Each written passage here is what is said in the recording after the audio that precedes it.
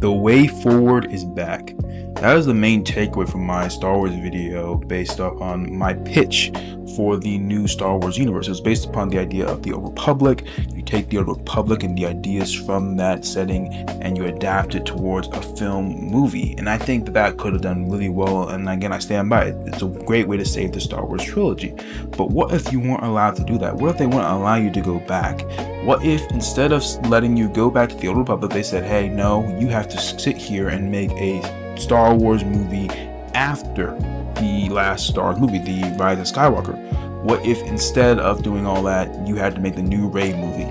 That's what we're going to get into in this Black Tiger. See if this possibly even saved the Rey movie in any way, shape, and form.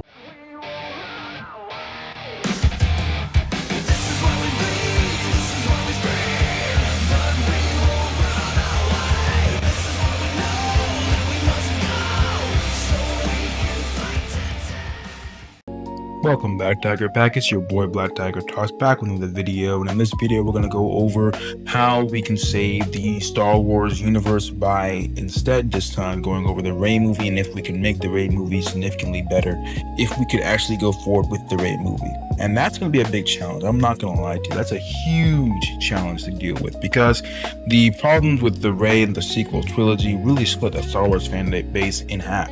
So when you're making this movie, you gotta basically win back the fans that you split off from this situation while still satisfying the fans that were already there, and that's difficult. Then at the same time, you also gotta save Star Wars. Because Star Wars is, those movies in general, along with the other expanded universe stuff they tried to do, really did destroy Star Wars. So it's hard to bring it back. It definitely is hard to bring it back, hard to put all these things together to make a good movie. But I do think it is possible. I do think it is possible to go over and actually save the Rey movie and make some good changes. Of course, I'm not talking about the idea of, going over what the rumors are for it and everything like that.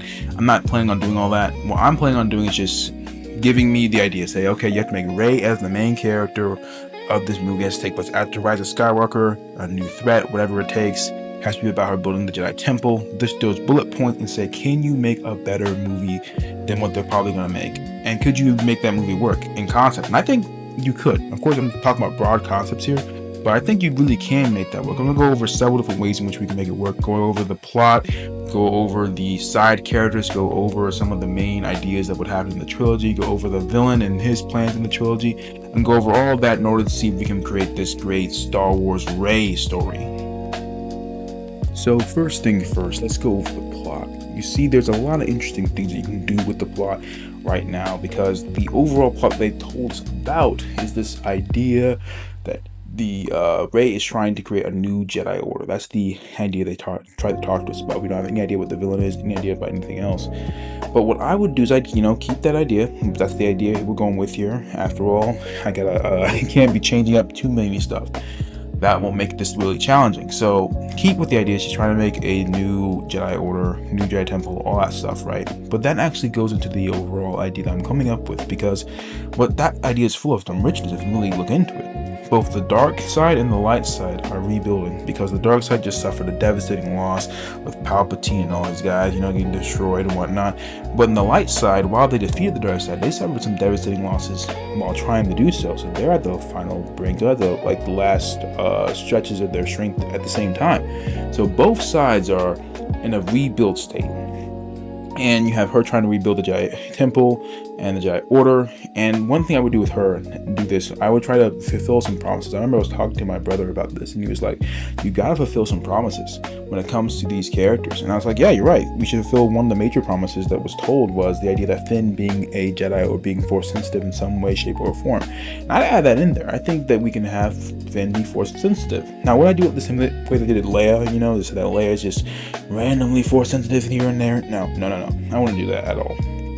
I think that's actually kind of stupid, to be honest with you, the way they kind of pull that in the last second and try to make her a Jedi over time and whatnot. I mean, the expanded universe did a much better job of doing it than the movies did, but still, the overall idea is, to me, not very intelligent. When it comes down to this version, how I do Finn and make him a new Jedi, is that I would have him in that, stage of him learning how to be a Jedi. Now, you might say, well, Finn wasn't Force sensitive. Well, I mean, there were some elements that show that he kind of was. There was that hinting that he was, but what I would do here is have to give an explanation. I don't like just throwing something in there and giving no explanation for it. I want to explain why Finn was not Force sensitive. So the reason I would say is that all the stormtroopers, every single one of them had their Force powers basically drained from them in some type of dark side ritual in order to give Snoke more power and in order to give Palpatine himself more power. And that's the reason why most stormtroopers don't have that any dark side type powers, don't have any Force powers in general. And what ended up happening after Palpatine and Snoke were killed is that the Force powers were basically released and started going back to their natural owners, and thus some of the stormtroopers who were Force sensitive started to regain their powers, i.e. that's why Finn has powers in the Force right now, why he has to actually learn and teach them and learn about them. And of course I thought about making him Rey's apprentice. I think that's probably a good idea long term, that to give Rey some time to do things. Of course Rey didn't train herself to begin with, but still, ultimately speaking, that wouldn't be a too bad idea to have her be involved there. But I'd actually like to add a bunch of other characters there. A bunch of other Jedi who are helping her out in this journey. I think the way you would do that is just adding characters that are still alive, rather than making a whole bunch of new characters, which would be very good for trailers. You add in this character and that character from these trailers, and I think that would do a good job of trying to promote the movie in the long run. So imagine me adding characters like Ahsoka. Ahsoka's still technically alive, I think. I barely know, but she's technically alive, I think, at this time. Add in Sabine Wren, she's technically alive. Gotta add in Ezra, my boy Ezra has to be in there. That makes perfect sense. So now you have Ezra, you have Sabine, you have Ahsoka. That's 3 people. That's a pretty solid group to start out with. But I'd add one last person that a lot of you guys may not know, but some of you who are Star Wars fans, you guys know this guy, Cal Kestis from the Jedi Knight Fallen Order series. I'd add him in there. He'd be in live action, played by the same actor. He'd be back. He's back, boys. Let's see what he can do. I would add him back to the universe in that way. He'd be part of this new coalition of Jedi trying to recreate the Jedi Order alongside of Rey and Finn. So now we have a squad of Jedi. I think it's 6 Jedi at this point, trying to make the new order. That's a really already better idea. But again, while we're going over the setting, we haven't really talked about the plot as much as I'd like to. So what is the plot? What's the actual plot of the movie going forward? And the plot of the movie really is that kind of what I just said. They're trying to make a Jedi Order, which means they're searching for younglings who have that power, as well as searching for stormtroopers who may have that powers. They're searching for Force-sensitive individuals. That's what they're searching for. But while they're doing that, the villain is doing the same exact thing. Remember, the dark side is also in rebuild mode. They're in rebuild mode, trying to search for it. And maybe this idea I had was that maybe there's this thing they'll have. They're searching for these guys, yes, but at one point, probably early on in the movie, they get this vision. The most powerful of them, probably Rey specifically, but I might as well make her, and she's already powerful, might as well make her be the one who sees the Force vision. I don't know, maybe her or so, it doesn't really matter. Bottom line is that they get this vision of this super powerful individual in the Force. And basically, it's not the new chosen one in a way. We're not going to say it's the new chosen one because we don't want to usurp that role from Anakin and restart the whole thing. We don't want to do that, but it's someone who's going to be really powerful in the Force. And they decide to go, of course, get that person. They have a general idea of where that person is within a certain system, and they're trying to get that person. And obviously, the villain's trying to do the same thing. The villain who has been constantly getting people and grabbing people to turn them into Sith the entire time. And that's basically the main plot. A search for this person who may have incredible power to bring them towards, the overall Jedi Order before the Sith get there. At first, I think it's just them trying to search for the person, but eventually they run into the Sith and realize the Sith are still out here. We gotta get them first. But that begs the question, of course, the villain, the Sith, who are these people? And that's the part we're gonna get into next. So the villain of this story is a very interesting idea. At least, it's not hard to make Star Wars villains, are kind of easy to create, but you have to explain why he wasn't there during some of the other scenes, why, if he's new, where did he come from? You have to explain the origin, of these villains. And I'd also want to do a big tonal shift. So one thing I would say about the tonal shift, I don't want to do a Force Order Empire stuff again. It's time to abandon that. That was cool the first time, but let's not do that. There's no Empire remnants. It's not a remnant of Imperial Empire. It's not a remnant of all that stuff. No, this is a pure Sith person. and he believes things in a Sith way. Now, he does have some connections to the past as far as he's collected some artifacts from Palpatine had, from different Sith artifacts and whatnot. He's looked at old ancient Sith techniques in order to find better ways to use, Sith techniques in a way that no one ever sees. We got to give him a new Force power, I think, actually, because let's be honest, giving your new villain a new Force power is always a good idea, or new power in general. Darth Maul came in there, double-bladed lightsaber, starts slashing people up. Cool as can be, right? You give Kylo Ren, when he first popped up, he had the whole, he just stopped you in place with the Force freeze thing. Cool as can be. Emperor Palpatine, when he first came with that Force lightning.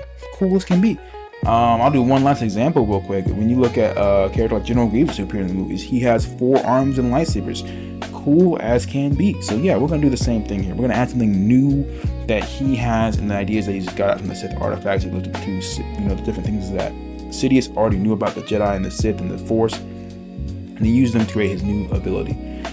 But again, we haven't decided who is this guy. Who is this guy who has this ability? Well, I would say he is connected to the Knights of Ren and to Luke's students who turned on the rest of the Jedi Order thing that Luke had created and killed everyone in there. I'd say he's one of the members of that group, but he had a different ideology. While he fell into the dark side and was a Knight of Ren for a bit of time, what he basically realized pretty early on is that this is stupid. He said the idea of killing all these other Jedi apprentices is a stupid idea that better utilize as, minions for us. We can corrupt them, we can do all these things to them. Just killing them is a waste. That's what he thought, right?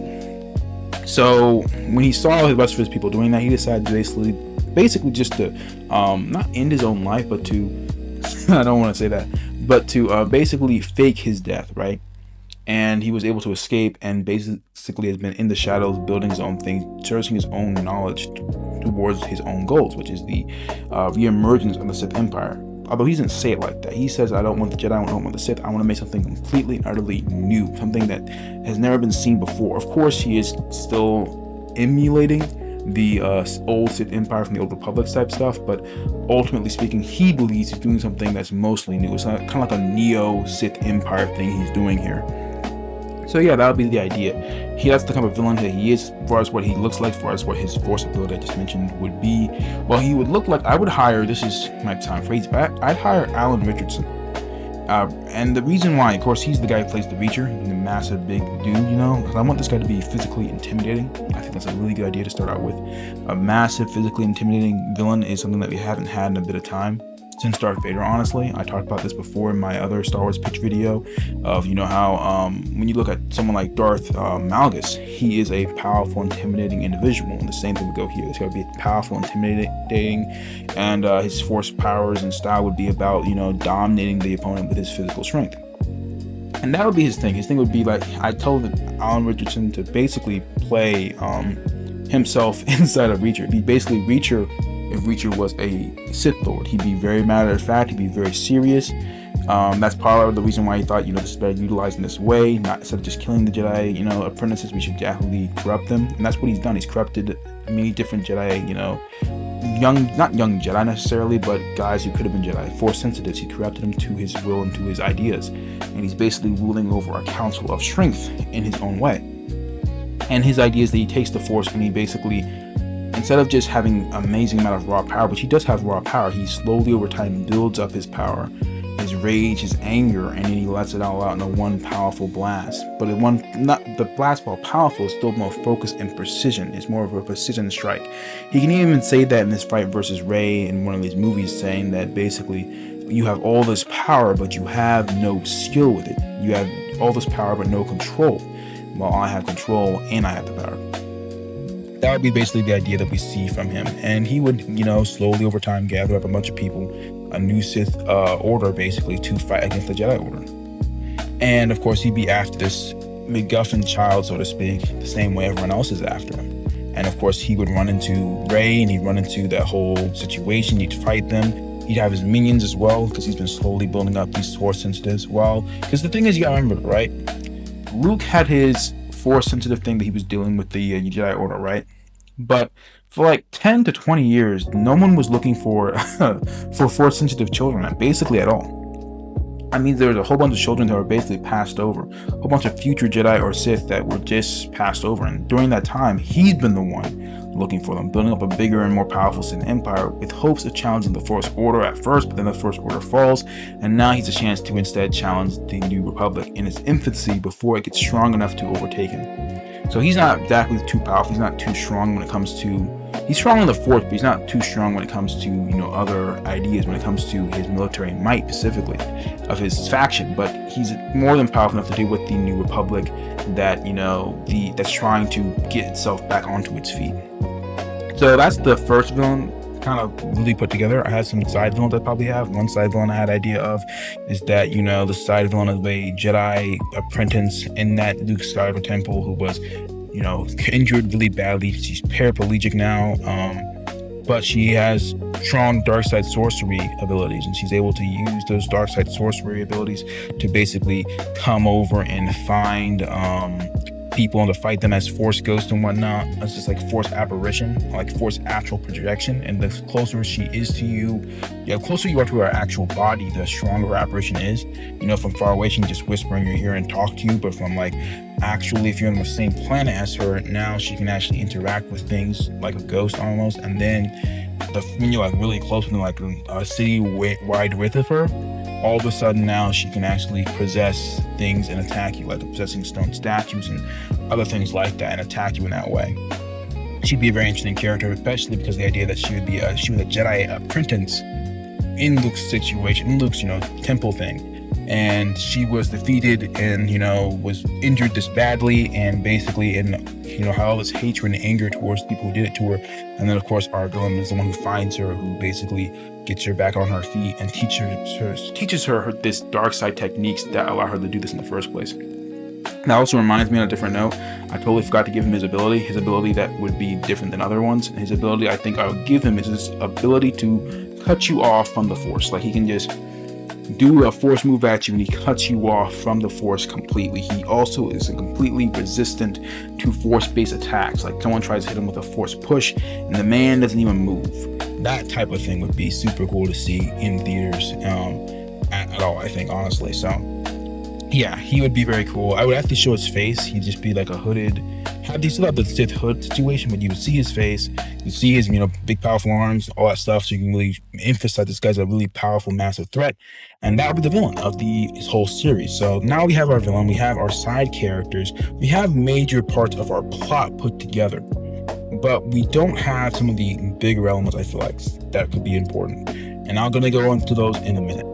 But before I do that, I just want to say thank you guys for watching the video. Like, subscribe for the content, all those things. The last Star Wars video did crazy numbers, at least for me, right? For me, 2,000 views is crazy. So I just want to say thank you for that. Thank you for, watching and, commenting down below, all those different things. It's really helped the channel out. And I just want to say thank you to every one of you. It really means a whole lot to me. So anyway, with that out the way, I'll stop rambling and we'll get back to the third and final thing of this new Star Wars trilogy. Now, I mentioned before that this is a trilogy. It is not a singular movie, but it is 3 movies.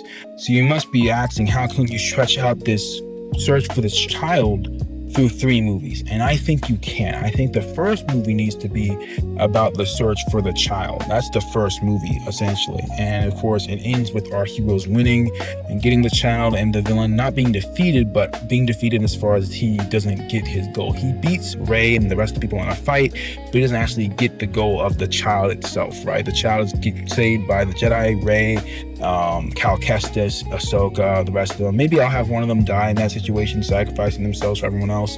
You have a nice big emotional moment. Regardless, that's the idea there. In the end, they save the entire group. I'll just say one of them dies. Let's just say Sabine does. That just kind of makes sense. Let's say Sabine dies. Honestly, actually, no.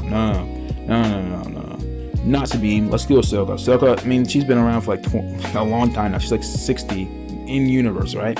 Let's just kill her off. She's finally gone, and basically that's how it ends. She fights off the villain and dies fighting him off, and him and his minions. So that's how that thing goes, right? That's the end of that. But they have the child now, and they take her to the Jedi Temple, and they try to train her, and that's the next movie about. The second movie is about, it's the Return of the Sith, not the Return of the Sith, sorry, the Attack of the Clones movie, but it's also the Revenge of the Sith? I'm not sure why I'm blanking on it now. The Empire Strikes Back. What? I'm not sure why I'm blanking on that, but Empire Strikes Back movie where everything goes badly. So, and you can already see what's gonna make it go badly, right? The child gets brought back to the main Jedi Temple. We try to train the child as best as we possibly can, but the child is, consumed by rage and anger and all these different problems. It is hard to train the child. And basically, the child is slowly slipping towards the dark side. People start trying to warn Rey and Finn too, because Finn is one of the ones who's really into trying to train her, trying to warn her, saying that the dark side is keeping hold of this person, and we can't, let this person turn to the dark side. Maybe we should cut our losses. Maybe we should do something about this. But Rey and Finn are believing this kid so much they won't hear it. And essentially, over time, at the same time, we have the ability from the other Jedi I mentioned before, other Sith I mentioned before, this Sith character that can force astral project out there. She's out there whispering in this child's ear, basically teaching them dark side things, attacking their fears, all these different things. She's basically corrupting this child, but no one can really find her. Basically, we do have a scene eventually where we'll be able to find that she's doing this and basically attack and get her astral projection out of here or whatever, and banish her from this area, so to speak. But the damage is mostly done. And what she really learns, which is the most important thing, is that by she I mean the Sith with the astral projection powers, is she would learn where the Jedi Temple is. And when they learn where the Jedi Temple is, they launch a massive attack on it. The villain himself, Reacher character, comes in. Let's give him a name, by the way. Let's give him a name before I keep going on. Let's call him, Darth Melissus. I don't know. We'll call him Dark something, Dark something that sounds like terrifying. I don't know. Dark Terror? I don't know. Regardless, we'll call him something like that. And he'll go out there with his lightsaber and he'll just be beating everyone on the road, right? He'll just be destroying everyone in his way, and they can't defeat him. And in the end, he gets to the kid, and the kid, they have a scene when they're trying to get the kid out of there. Obviously, that's the main goal, get all the kids out of there, honestly. All the Force-sensitive children, Force-sensitive apprentices, all that stuff out of there. But they fail at doing so. And why they fail is because while they're getting the kids out of there and they're frowning off this guy, and it seems like it's gonna work, that's when our kid basically gets contacted by the astral projection again, basically telling the kid to join the dark side, offer something that the kid might care about, something the kid might want.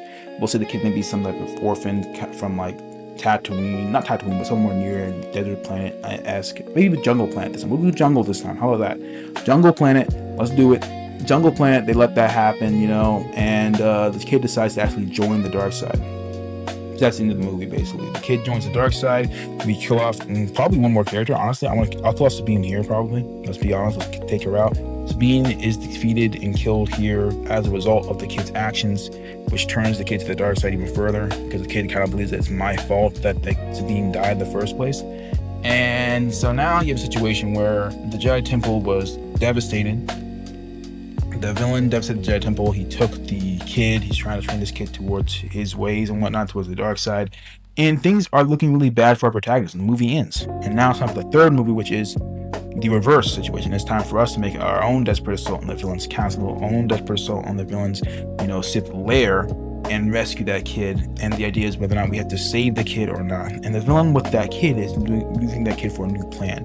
And his plan is basically he wants to completely and utterly destroy the Jedi Temple and the Jedi Order completely. And his way of doing so to win in the situation is he's going to use the power that the kid had, and basically siphon off the Force powers that this kid has, which kind of goes back to the idea of Finn, and how Finn had his power siphoned off originally, that idea I talked about Stormtroopers getting their power siphoned off. He's going to siphon that kid's powers along with the rest of his Order's powers towards himself. That is the idea that he's going with here. And obviously he's lying to the kid, telling the kid that's actually going to get the kid more power in order to save people, all that type of stuff, right? And basically they have to try to stop him. We have a massive battle in the Sith Temple. In the end, we know how it all goes. The villain is defeated, killed, or whatever.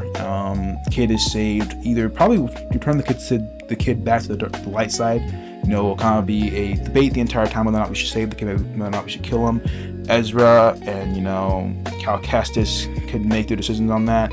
Finn and Rey can make their decisions on that. It'll be interesting if they get reversed. Actually, it'll be kind of funny if at the second movie specifically, if you say that, hey, Rey and Finn were really trying to make her, not make her, but make the kid live. Could be a girl or a boy, who knows, just a kid at this point. But the idea is that they're trying to make that kid live. They're trying to do the best they can to save that kid from the dark side. And then, you know, now that the kid has killed Sabine, maybe they kind of are doubting themselves significantly. And we'll see what Cal Kestis and Ezra do. I think that they could be either side. They could be the ones warning about it, or they could be the ones saying, you know, no, I trust the light inside them. Either way, we saved the kid finally, and basically the villain's defeated. Heroes won. We hope wins out over evil. All that basic Jedi, you know, movie stuff. But I think if we did that, I think that that's a not a super amazing, but I think it's a solidly good version of a Rey trilogy. He gave Rey something actually to do. We make her lose basically every fight she runs into to make sure that the villain looks super powerful up until the end. The idea that he can cut her off from the Force would be very interesting, especially if the second movie has a subplot where, like, I don't know, where Rey has no Force powers because the villain cut her off from the Force. That'd be super interesting, you know. I think that you'd actually have a world that you could really mold into a better universe further on. Of course, you can do his TV shows, other stuff like that off that universe, but I think that, again, this just is a good starting off point. You have a solid villain. Again, I think Reacher, he'll play the greatest villain we've seen in Star Wars movies for like years, I think, honestly.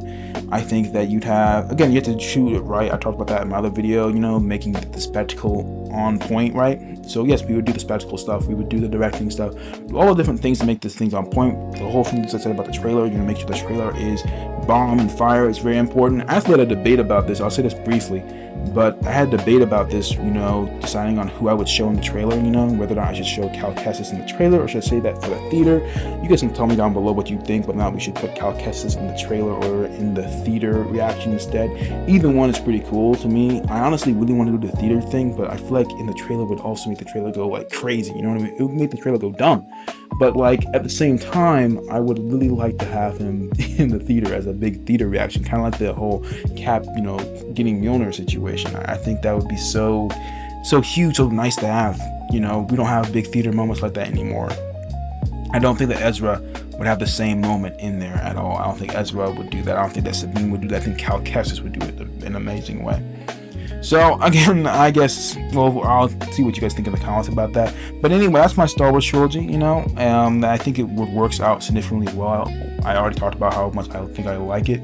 But again, what do you guys think about it? You know, like, comment down below, do all those YouTube jazz to see if you like the idea or if you don't like the idea. Maybe you have a better idea you want to talk about, and I'll listen to that in the comments. If you want to see instead my take on the Old Republic idea, you can check out my video over here. And with all that out of the way, I just want to say thank you guys very much for watching, and I'll see you guys in the next video. Until then, Tiger Pack, stay ferocious. Dancing through a dream underneath the stars, laughing till the morning comes.